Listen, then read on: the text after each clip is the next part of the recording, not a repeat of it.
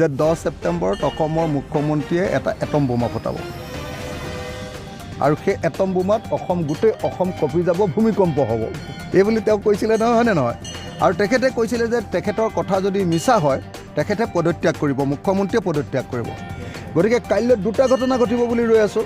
হয় কাইলৈ গৌৰৱ গগৈ জেললৈ যাব, হয় কাইলৈ গৌৰৱ গগৈক ধৰি বান্ধি তেওঁ যে ইমান পাকিস্তানৰ এজেণ্ট বুলি কাইলৈ প্ৰমাণিত হ'ব, আৰু নহ'লে কাইলৈ অসমৰ মুখ্যমন্ত্ৰীয়ে পদত্যাগ কৰিব।